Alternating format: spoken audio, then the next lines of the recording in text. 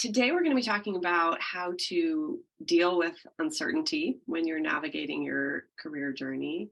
And I guess I'd love to start with a question like, why do people hate uncertainty so much? Um, I love that question. I think it depends a bit, but most of us want to, we have a plan. You start in school, you go to school, you get to a good college, you get to college, you get a good job. Everything, the narrative culturally is everything builds, and there's like a right way of doing things. And so when we hit points where we're not sure what to do, but we're looking externally to say, what's the right path? And there isn't one, it's a really uncomfortable feeling.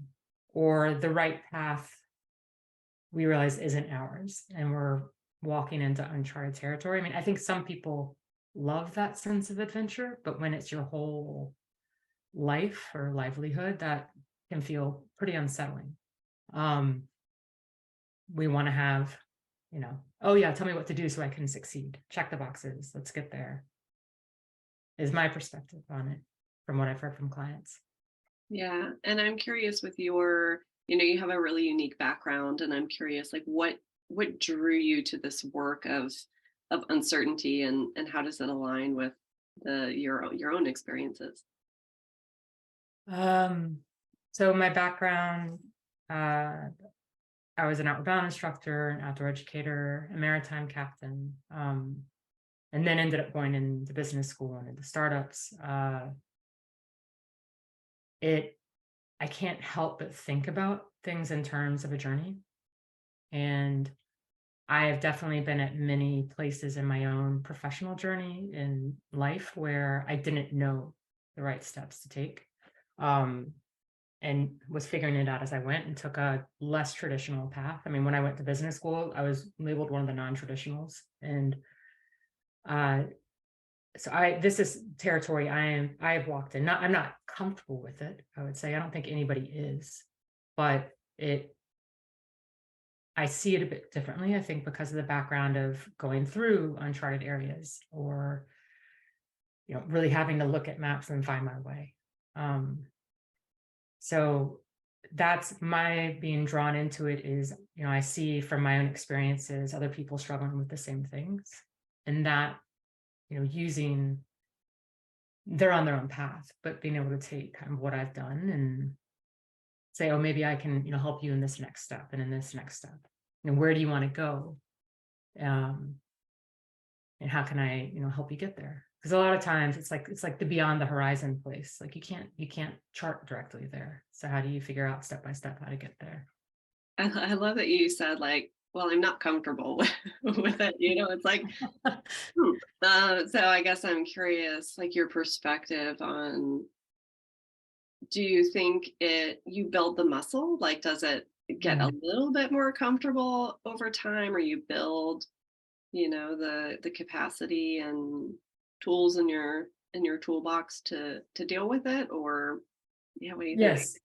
Yeah. I think that's a great way of saying it. So I think there's a difference between it's not like so if you think about one of the things I teach is have you ever seen that diagram where it's comfort zone, risk, and then panic zone? And it's like a bullseye. I've been working with that since I was at Outward Bound. And I feel like when we are, say, in certain areas or stepping out, we're stepping into that area where it is supposed to be a little uncomfortable, but that's also growth. Yes, and do we build the muscle to get there? Yeah, I mean, I think the more you do it, it's like you can be terrified or not terrified, but uncomfortable every time you do public speaking, but you can be okay because you've stepped on that stage before and you've made it through. Interview processes, for people who are interviewing for jobs, the first one may feel really rocky that you get more comfort with it. Um, and I feel like being in uncertainty, it's not dissimilar from that. It's it's you're not blazing off on a path that you know before, but you are comfortable with the tools at your disposal. You know how to navigate. If I think about it on a ship when I'm like traveling through fog, like I know how to use the compass and I know how to use the navigation system and I know how to recognize things. I would much rather have a clear view to the horizon, but these are, these are here. And I think yes, the tools, and we can get into that a little bit, the ways I think about stepping into it. There's a comfort in using those, even if, you know, it's might be uncomfortable terrain at times to be in. Yeah, I love that. I am curious to hear about the tools, but I guess first I'm curious when you started to describe the diagram, my head went to the learning model where it's like, you're kind of like pushing your Mm, learning comfortability, but I'm not sure I have seen a model where it's into panic mode. So I guess I'm curious, like what happens yeah, what happens in panic mode? Like how do people find themselves there and what do you yeah. do in that territory? So, all right. So if you can imagine, it like a bullseye in the middle comfort zone. Say this is the green zone. Um, the stretch zone, risk zone is yellow. That's the next circle. Then the outward one is the panic zone. Now, what a lot of people think, and I do this sometimes when I go teach workshops within companies or in business schools, we all see that and we think that everybody is the same ones. But what's really true is that we all have different things we're comfortable with, and we all have different things that put us way outside of that into the learning area. The panic zone is really the place where your nervous system is overwhelmed and it's not a place you can learn or grow. So, uh, for example, sticking somebody who's never been on a boat before at the helm and saying, okay, go navigate through this area that there's a lot of rocks. That's going to be way too scary. Like, that's not okay. There's a lot of in between steps there. To me, that is a place I've been. That's not scary. That's in a comfort zone or maybe the outer edge. But there might be something totally different for somebody. People who are constantly online and posting, like that's in their comfort zone. To me, that's a really scary thing to do. So it's not that I can't get better at it, but sometimes there's a freeze that can happen. That's where it is when you're in that like fight, flight, freeze area that and you can't learn, you're not moving forward. Then you know that maybe I should backtrack and say, come back to the area where I can pick up some more skills. But the hard thing is it's different for everybody because it really depends upon what your background is, what your history is, what you've done before. Hmm. Yeah. Well, and I would imagine, so kind of maybe shifting into the tools, Yeah. but I would imagine that for somebody who is all the way in that extreme, Mhm. I don't know if that's a right label to put on it, but they're Yeah. in the most, outside layer of the panic mode, that coaching in itself is a really good Yeah. tool to help people think through what's going on and recognize stories they might be telling themselves or Yeah. calming their mind. So tell me about how coaching plays into this and then the other tools that you might incorporate as well. Sure. So hopefully, when coaching someone, if I notice that they're in that, it's so scary, they're overwhelmed, it can be a way of saying, like, hey, let's back it up. That's not a place you want to hang out. And let's come back in. And I think a lot of times, like, start with what you're great at, start with what you know, see what's here. One of the things that happens is the stuff that is so firmly in our wheelhouse that we can do without thinking, that we're really comfortable with, we stop realizing how valuable that is, how much somebody else may struggle with that because it doesn't seem special or important or of note. And so coming back and like, okay, what is here? And then where do you want to get to? What are the things you're good at? What do you want to be good at? What do you enjoy? And what feels scary about that? And can we go little bits into that area and build that muscle, build that capacity? So it's not a huge, you're not going leaping into the thing that you have no experience with and are overwhelmed with. Like, you develop skills as you go and a lot more comfort. So I wouldn't want anybody to be in that panic zone. The thing that is important to know though is that these aren't static.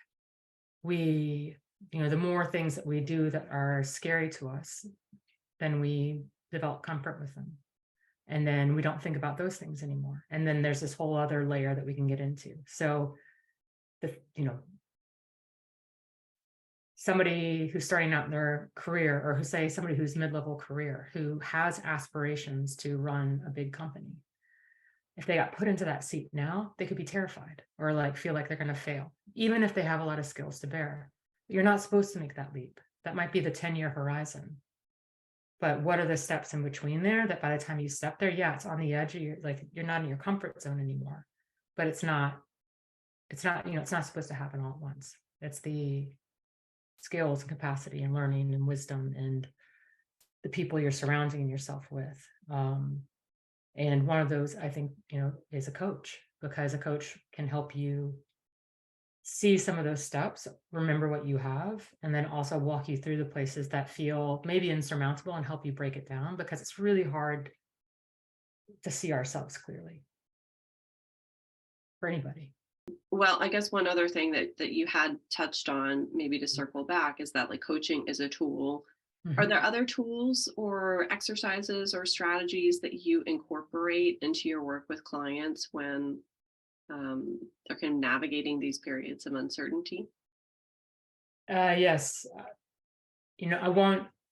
Not everything comes up with every client, but some common ones that come in. And I do, I do think about it as navigation. I do think about it as like this internal compass that we're building, and to getting away from, a coach will show up and say, ask you questions to help you find your own internal understanding.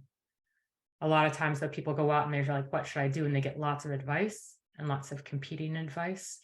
And oftentimes that advice is based on other people's fears for them, or their fear that that person might be successful. And then wait a second, I'm gonna have to look at myself and say, and I don't want to get out of my comfort zone, and if they're doing something, then I have to relook at myself. And people, that's not always conscious, but a lot of times when we're going outside, people are giving advice either based on themselves or their own fear, and so it can be really misleading. So one of the things, or I would say it can be not misleading, but help take people away from where they need to be.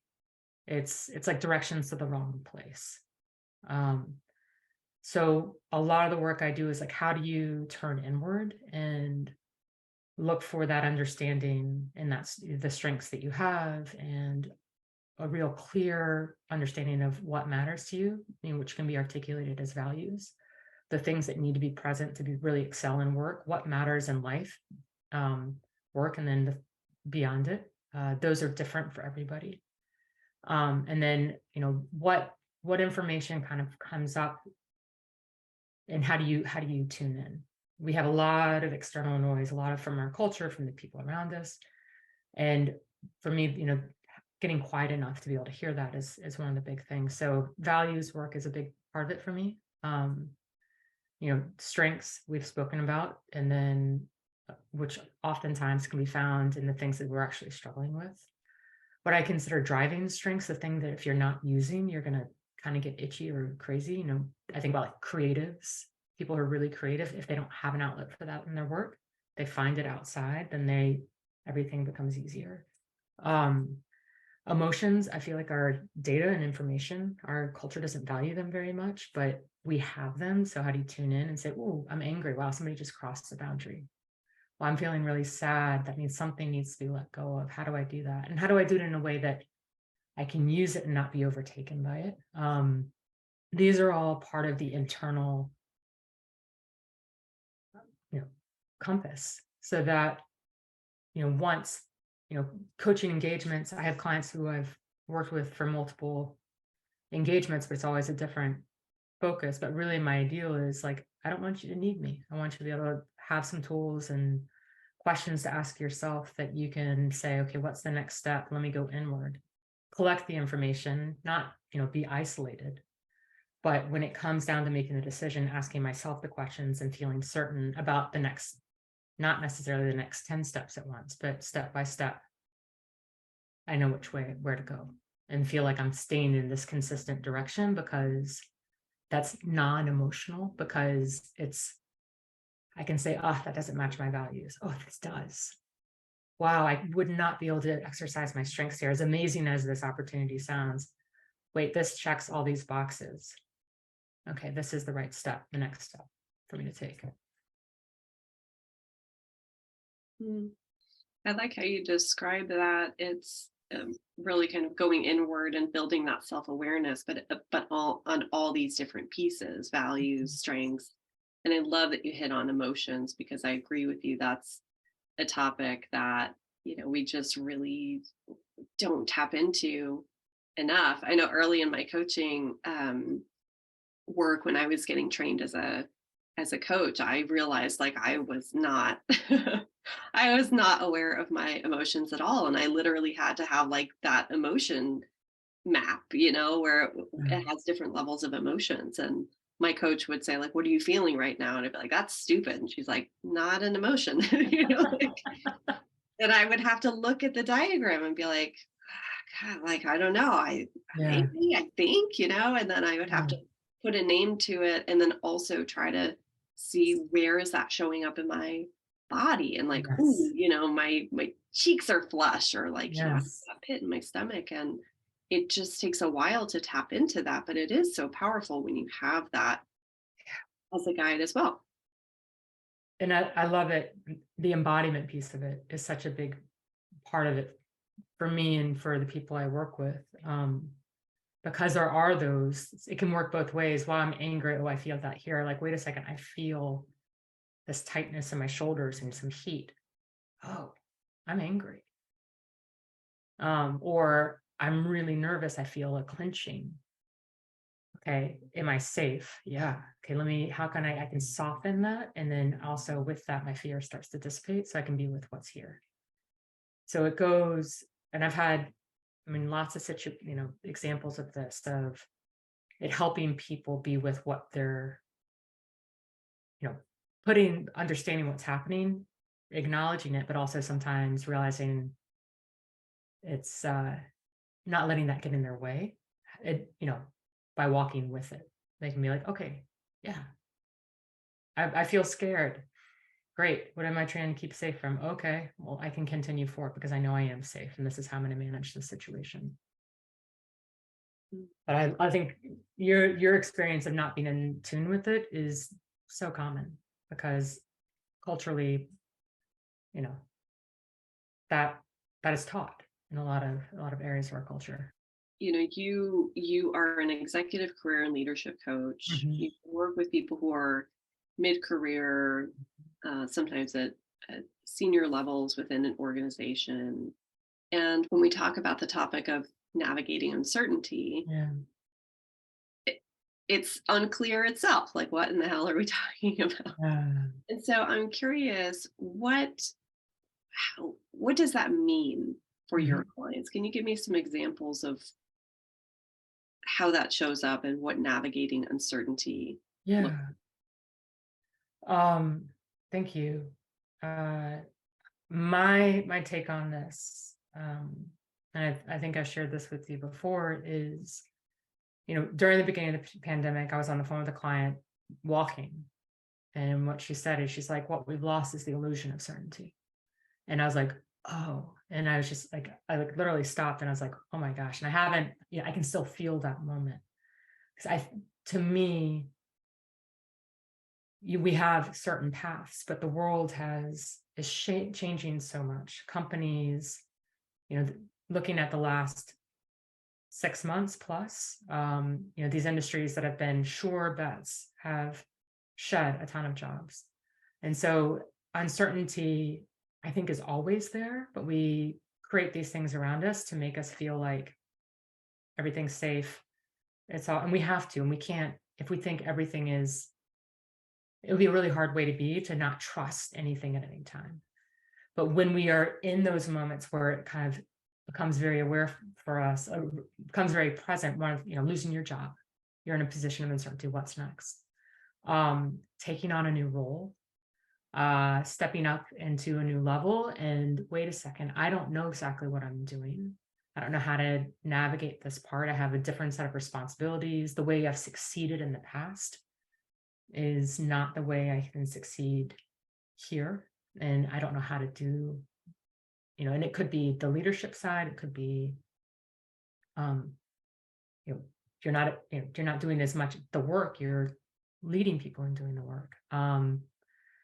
It also can be, having shifts outside of work that fundamentally change the way we see things, becoming a parent, losing someone you care about. One of my closest friends is battling stage 4 cancer. Like everything is uncertain, and it's changed all of us who are close around her to say, okay, we're not taking anything for granted. She's really healthy and then all of a sudden got a diagnosis. So how do you navigate these things where basically your whole perspective has shifted, or the supports around you have shifted and there isn't a right way forward? You're making it up as you go or trying to find your way. Yeah, you and I have talked about this a lot because if we think about the model of Fink development, we Mhm. break things down into these core stages. You're either really solving a clarity issue, Mhm. you're navigating a transition, or you're Right. developing. And it's tricky because those terms are vague, right? And so Right. everything that you just described really is that you are in this process of navigating some kind of change potentially, so there's Mhm. some kind of navigation happening, Right. but also the majority of the work that you are doing is getting clear so that you can do that effectively. um Right. Yes. So yes. I mean, if you're like, oh wait, I lost my job, I want a job just like it. I just need to get there. That's one thing. But the uncertainty piece is this has shifted. I don't know what it shifted. I just know that the way I'm looking at the world is not the same.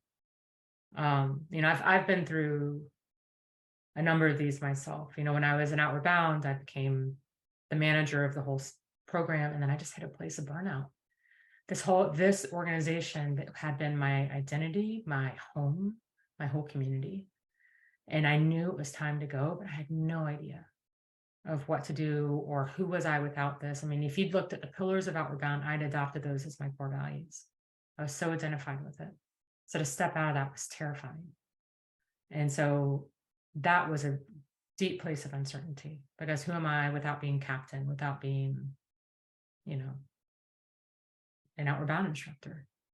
That was one place. And another one was I can talk about was I was running a code school when my was a parent for the first time. My daughter was like 6, 7 months, and I just realized there was a lot of reasons that wasn't going to work for me anymore. It wasn't meeting the way that I wanted to be showing up with my family. I wasn't learning what I wanted to learn. I wasn't getting to use the strengths the way that I had. It was draining my energy. But again, I didn't know what I wanted, and I didn't know how to find it. Um, and I did a lot of this work. What are my strengths? What are my values? What are the things that really matter to me? What gives me energy? And that had helped me lead me to the path that I'm on now, which feels like a really good fit, and for lots of reasons. And I get to learn all the time. I love people. I find people endlessly fascinating. All these things that I got to bring in. So I think that's a difference between, it's stepping off of something and being like, ooh, like I know this of myself, but I don't know this. Or like I thought I knew myself really well, and I just got rocked by something, and I realized there's this whole other area out here. What do I do with this new information? Or I do work with people. It's a totally new role or a new company. I'm the head of engineering of a startup. I've got to build a leadership program. I've got to build out the program that's going to develop my engineers. What matters most to me to get clear about, because what I do in this first 6 months is going to set the foundation for this entire company. And needs to stick, and it needs to matter. I need to be able to talk about it, and I need to, have it tie into what the company is about. I mean, all those pieces I think are that place of uncertainty, but it's not like finding it new. It's like uncovering what's already there. And oftentimes that's like covered up by what we've absorbed or what we've done to be successful to this point. It's not if that I do see this, it's like it's an unfolding or an uncovering process more than a collecting process, or, you know. Yeah. I like it because that word uncovering to me, it makes me think of like going that we're going deep, like we Yeah. are looking inward and building this kind of internal compass as you describe it of all these pieces. And I I love having these conversations and trying to highlight it because it's confusing. Nobody knows like, what any Mm, of this means. And when clients come to Fink development, sometimes, these are the conversations we're having. It's like, what is it we're really struggling with? What stage are we in? What's the depth of the stage? What's the mhm, goals we're trying to accomplish? Because if somebody comes in and says, well, I'm unclear, I want to gain clarity, but mhm. the definition of clarity to them is I want to be able to choose between these three job paths I'm thinking about, or I want Right. to clarify what's the exact role. Yes, that's clarity, but Mhm, it's a really specific clarity topic of kind of mhm. setting the stage to make a transition or navigate a job search. And I see the work that you do. Tira is another coach on our Mhm. team who does deep Yeah. clarity work. It's like it's it's much bigger than that. It's deeper. It's a couple steps before. How do I define the exact job? And so somebody who would be a good fit for you is someone who really wants to do that deeper kind of excavation of let me get really clear on who I am, what I care about, and how it fits into wherever I'm going next, right? Yeah, I mean, I love that. I love that work. Um, it feels like you named it. I mean, it's helping them do that. It feels like helping people come home to themselves. Sometimes when we're struggling with these big topics, it's hard to make a recommendation. Well, coaching would help, which is Yeah. true. Like coaching would help. But if somebody is trying to do this work on their own Mhm. and they have some sort of awareness that like I'm in this period of things are unclear. I don't know what's coming next. I'm feeling unsettled. Mhm. I'm just trying to rein it in a little bit. What are maybe a couple tangible tips that somebody could do on their own Yeah. prior to working with a coach that might be helpful? Mm. To begin and say have some of that process themselves. Okay. Um, one of my favorite um one of the things I think that we people often miss is a chance to check in within. Um, so my recommendation is to spend, get up in the morning if that and with your first cup of coffee or tea or whatever your beverage is before you start your day to spend a little time writing and really stream of consciousness writing. Get a notebook that you don't care about. Like a lot of times people are like, get the fancy journal. And then they're like, but I don't want to ruin it. So more of the, lined pages or computer paper, yank it out and just write. Um, what are the questions you're wrestling with? Write the question and then just kind of see what happens. And the benefit of this is you're connecting left and right brain. You're getting to the stuff that's below the surface. And if you just let yourself kind of verbal vomit onto the page, some surprising stuff may come up. Julia Cameron talks about this as, the morning pages, free writing is used in a lot of modalities, but that's a place to kind of start to unsurface the questions, and also to think through things which may feel too jumbled in our head. Sometimes it's, I didn't realize I was thinking that, because we get so, that is, it just becomes our reality, whatever the thoughts are. And then you see it on the page and you're like, whoa, wait a second. Okay. Or the same things show up over and over. So that's one of my favorite places. And this is a practice I do myself, is write daily, see what comes out.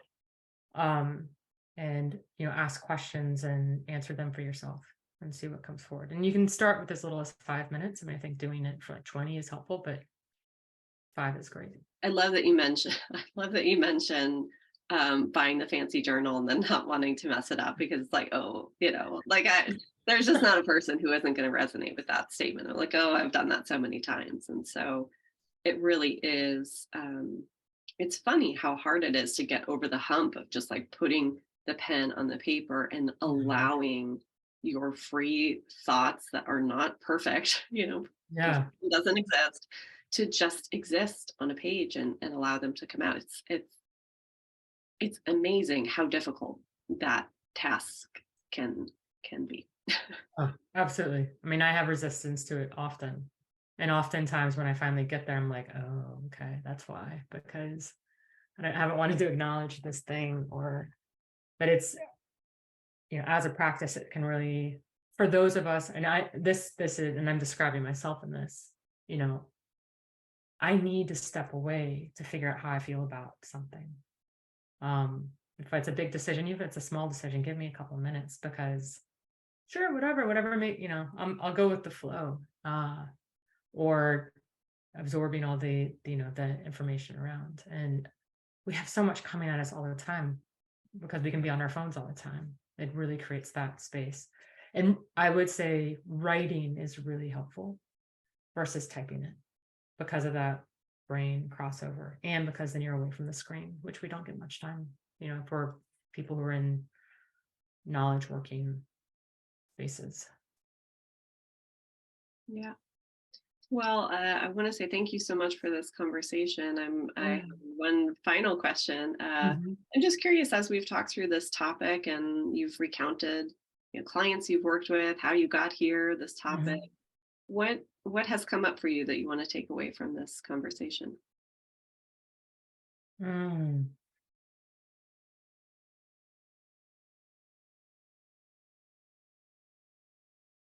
Yeah, this is where I need a little time to sit and write and think about it. Because I will be reflecting on this for a while after. I'm a very slow processor on stuff.